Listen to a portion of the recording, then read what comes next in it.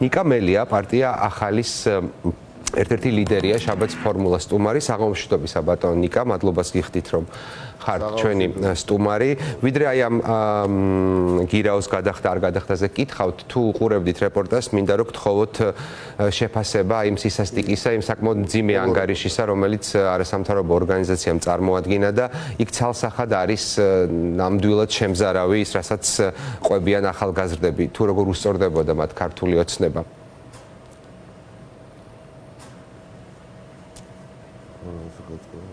Алло. არ გესმით ჩემი ხმა? ეხა მესმის.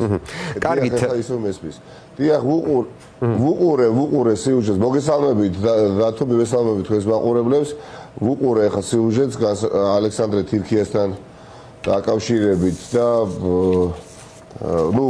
აქედან გამომდინარეც ჯანმრთელობა მას განსაკუთრებით და ყველა ადამიანს რომელსაც დაუსახიჯრეს ჯანმრთელობა ღმერთი წყალობით გადაჩნენ, მაგრამ სული ვერ დაუმახინჯეს და ამ ბრძოლაზე ხელი ვერ ააღებიეს. ეხლა მართლა სხვანაირად კიდევ უფრო გაუბრაზდი, აი სანამ თქვენთან ეთერში შემოვიდოდი, ბოლომდე უყურებდი, ბოლო 1-2 წუთი ვერ უყურე, სანამ ამ ოთახში შემოვიდოდი, საიდანაც გერთვებოდით და არა ვიცი, ღვთის წყალობით არის მხოლოდ გადარჩენილი, ხო ეს ახალგაზრდა ბიჭი ალექსანდრე თირქია ამათი ხელით მტარია, მოკლულია, დიახ, მოკლულია და აქედან გამომდინარეც, სულ მინდა ვთქვა და ეხლა მინდა თქვენ ეთერშიც იგივე გავიმეორო, რომ ეს აი კარს მომდგარი, ანუ ეს ბრძოლა არ არის და გინდათ რაღაც ეგრეთ წოდებული თითქოს ვითომ არჩევნები, ამას მოგვიანებით შევეხები, ადგილობრივი თვითმმართველობის არჩევნები.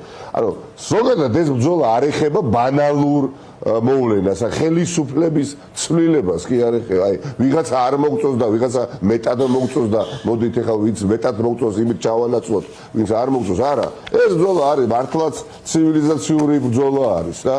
ანუ აი ამ რეჟიმს აი რაღაცა საგარეო პოლიტიკური იდეა რაღაცა ხომ უნდა გქონდეს ამასაც ახაც ვერ არიან კაფიოები და აუხსი რატომ ვერ არიან ანუ ხომ უნდა უთხრან საკუთარ ამორჩევლსაც ღიად ვერ ეუბნებიან საით მიდიან ირანისკენ მიდიან თუ საკუთარ ამორჩევლზე ლაპარაკობ ქართული ირანისკენ მიდიან არ ვიცი განუვითარებელი სოფლიოს ნაწილისკენ თუ მიდიან მაგალითად რაღაც ცივილიზაციისკენ და რატო ვერ ეუბნებიან ღიად იმიტომ რომ ზუსტად იციან დათო რომ საკუთარი ამორჩეველი ორად არის გაყოფილი არის ნაწილი ამორჩეველი ქართული ოცნების ვისაც არ ვიცი სურს ყველა მედია საშუალების დახურვა აი ალექსანდრე თირქიას რაც დამართეს და ბერძნზე გადარჩა ყველა იმ დღეში რომ ჩაგვაგდონ გაგვანადგურონ დაგვიჭირონ მაგრამ არის მეორე კატეგორია ამორჩევლების ქართულ ოცნებას ვიც აი ვიდრე ხა გესაუბრებით და გერთვებით ახლაც კი რო ხარს უჭერს მაგრამ ამავე დროს ეს კატეგორია მომხრე არის ურთიერთობის არ ვიცი ნორმალიზების ვაშინგტონთან დასავლეთთან პატიმრების გათავისუფლებას ითხოვს ეს საზოგადოების ეს ნაწილი არ არის მომხრე აი ამ წავე დაპირისპირებით რომელიც ქართულმა ოცნებამ გააჩინა ეს ცალსახაა და ჩანს როგორი ნაწილია ის არის დათო ქართულ ოცნებას აძლევს დღესაც ხმას ხვალ რო იყოს არჩევნები ანუ ქართული ოცნების ამორჩეველი ორად იყოფა ერთი რაც ვახსენე რომ ითხოვს რეპრესიებს ყველა წინააღმდეგ მის განსხვავებულად აზროვნებს და სწორად აზროვნებს მაგრამ მეორე ნაწილი არის დასავლეთთან მჭიდრო ურთიერთობის მომხრე ხო მაგრამ ვერ ჩამოყალიბდა ახლა ივანიშვილი რომელიც მხარე აირჩიოს მისი ამორჩევლის რომელი მხარე აირჩიოს ბოლომდე ორივე უნდა მაგრამ შუაში დგომა აღარ გამოდის აქედანაც არის გამოდიდარი გუშინდელი არ ვიცი სხვადასხვა მდგომარეობაში ფოტოების და ვიდეოების გადაღება მათი პროპაგანდისტული გზავნილების მქრევა მათი პროპაგანდისტული არხებით რომ ანუ მაკრონ შეხვდა იმას გაუღიმა ამას გაუღიმა ხო მაგრამ მოუწევს საბოლოო წილიყაროს იმიტომ რომ როდესაც ევროპელებთან დაკავშირებით გადაწყვეტილება მიიღო და განცხადება გააკეთებია ივანიშვილმა ყობახიძეს 28 ოქტომბერს ხო 28 ოქტომბერს იქ ნოემბერს მაპატიეთ იქ ევროპელები დაგბო მაგრამ იქვე ახსენა და მომდენო დღეებში რომ თავარია ამერიკელებთან ურთიერთობების ნორმალიზება და იანვარში ეს მოხდებოდა თავარია დონალდ ტრამპი ამიტომ ეხა ამერიკულ მხარესთან რომ ვეღარ ალაგებს ურთიერთობას პირდაპირ და ძალიან მარტივად რო გითხრათ, ეს მათ ძალიან აშფოთებთ, იმიტომ რომ საკუთარი ამორჩევრის ნახევარი იკარგება. კი ბატონო და ამაზე მოწმობს ანტიამერიკული წერილებიც, რომელიც გასულ კვირას უკავშირდება. მოდით ბატონიკა გადავიდეთ თემაზე, რაც ძალიან მაინტერესებს მე პირადად თქვენგან, კი მომისმენია, მაგრამ სიღრმისეულად მინდა ამაზე ვისაუბრეთ. რევაზ კიკნაძე და პრინციპში არავინ არ ემორჩილება და არავინ არ დაეცა, ვინც ცემეს თუ დააკავეს აი ამ თვეების განმავლობაში. ერთ-ერთი პოლიტპატიმარი რევაზ კიკნაძე ასეთ რამეს გეუბნებათ, რომ გირაო არავინ გადაიხადოთ, თორემ ეს ნიშნავს ჩვეულებრივ ღალატს. ეს არის პოლიტპატიმარი, რომელიც ამას ამბობს. კი იცის საზოგადოებამ, რომ თქვენ გირაოს გადახდას არ აპირებთ და ერთგვარი გამოცდილებაც გაქვთ, მე რამდენად შეიძლება გახდეთ ქართული ოცნების პატიმარი.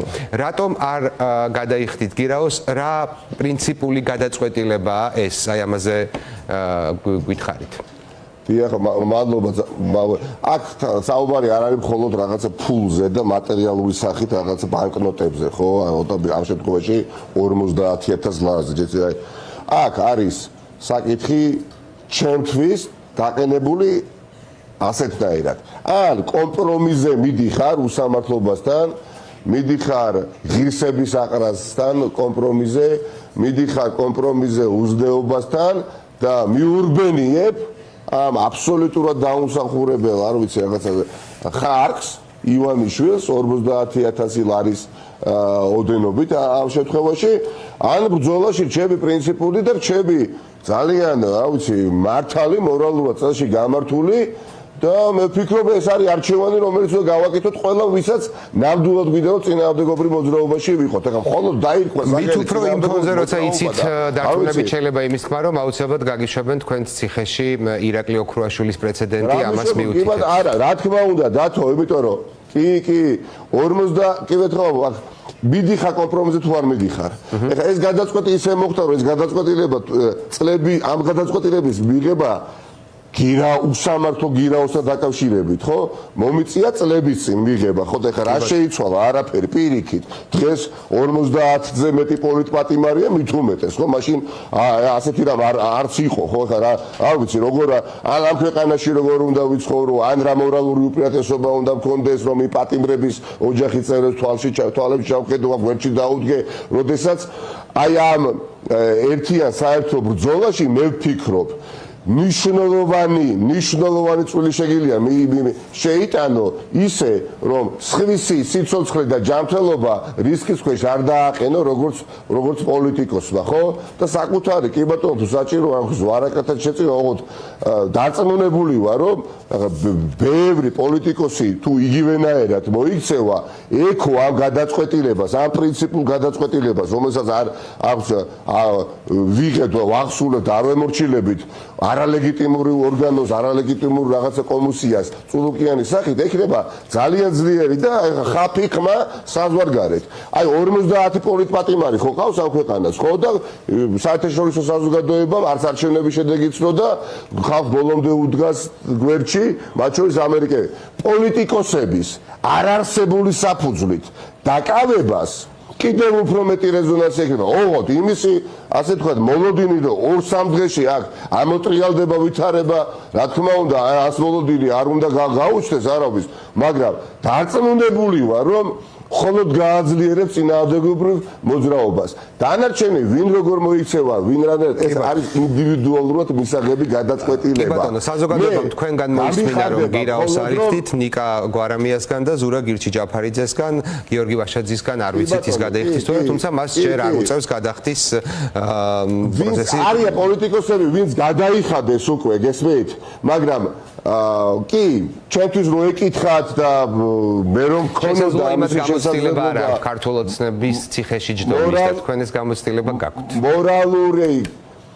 მორალური დიახაც უფლება ჩემი თავისთვის რომ მიმეცა, ვეთყოდი რომ არავითარ შემთხვევაში არც კი იფიქრო, მაგრამ ძალიან ინდივიდუალურად მისაღები გადაწყვეტილებაა. არა ყველას ვერ მოთხოვ, არ ვიცი, ბრძოლის ავანგარდში შევარდე და ეს გადაწყვეტილება. თუმცა თუმცა აუცილებელი იყო, მაგრამ ღმერთმა დავიფაროს, რომ ამის გამო გავკითხო და გავაკრიტიკო ავის პოტენციური და მომავალ არც დაგისვამთ ჩვენ და საზოგადოებას აინტერესებს თქვენი პოზიცია.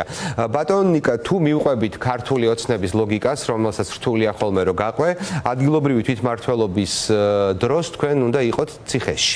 აი ადგილობრივ თვითმმართველობაზე მინდა გკითხოთ პარტიის პოზიცია, იმიტომ რომ საზოგადოებაც პოლიტპატიმრებიც რაღაცნაირად ელოდება აი ამას, რას იზავს ეს ოპოზიციური სპექტრი, მიიღებს მონაწილეობას, არ მიიღებს, რა ფორმით მოხდება აი ეს ამბავი, ეს თემა მინდა რომ კიდევ გავშალოთ ვიდრე მადლობა ამ შეკითხვისთვისაც. კაფიობა ყველა მნიშვნელოვან საკითხში არის აუცილებელი პირობა ჩემი რწმენით ბრძოლის ამ ეტაპზე განსაკუთრებით და არ ვიცი აი ხა 26 მაისი მოდი სადაც აი ფიქრობ რომ ბევრი ადამიანი უნდა ავდგეთ და ვიდგეთ რუსთაველის გამზირზე, მაგრამ ასევე არ შემიძლია არ დავაფიქსირო პოზიცია 26 მაისს მაინც უნდა გავაგებიოთ საზოგადოებას, ვინ აპირებს ეგრეთ წოდებულ არ ვიცი არჩევნებში მონაწილეობის მიღებას და ბოიკოტის შეწყვეტას, საპარლამენტოს არჩევნების ბოიკოტის კვალდაკვალ ანუ ბოიკოტი წყდება თუ გრძელდება, მე ვფიქრობ უნდა იცოდეს. გამოდის რომ შიგნითაც არ არის ეს ამბავი გარკვეულ გადაწყვეტილი, ხა თქვენ როგორც გისმენთ, თქვენც ერთმანეთს არა, თქვენ აკვირდებით შემზე კარგად, დათო როგორც ჟურნალისტი არიან პოლიტიკური პარტიები, რომლებიც თავს იკავებენ, ჯერ იყო საუბრობდნენ რომ ჯერ 7 თვეა დარჩენილი არჩევნება და 6 თვე არჩევნა, ამდროს ამაზე საუბარია, საუბარი, აბა როდის არის საუბარი, ხახნო, მნიშვნელოვანია კაფიობა, მნიშვნელოვანია, კი, მე მაინტერესებს ნამდვილად არ მინდა იდიოტის როლში როგორც პოლიტიკოსი აღმოჩნდე, პირდაპირ გეუბნებით, იმიტომ რომ 2021 წელს მაქვს ეს გამოცდილება, ციხეში ვიჯექი და მაშინ მიიღეს განაცხადება პარტიებმა შესრულდნენ პარლამენტში, გონია რომ სტარი იყო, ამის შემდეგ აბა ადამიანებთან ბრძოლაც ქონია ერთიანი, არ ვიცი, დავახლოვდი კიდევაც და არა, მაგრამ ნუ ძალიან დიდი შეცდომა დავუშვით მაშინ. ნამდვილად და ადამიანურადაც და პოლიტიკურადაც ძალიან საწყენი იყო ჩვენთვის, ხო, როცა ციხეში არ და დავკარგეთ ჯერა 4 წელიწადი. დაწმუნებული ვარ, რომ არ გადაგვედგა ეს ნაბიჯი და მაშინ სხვანაირად მოქცეულიყავით, ხო?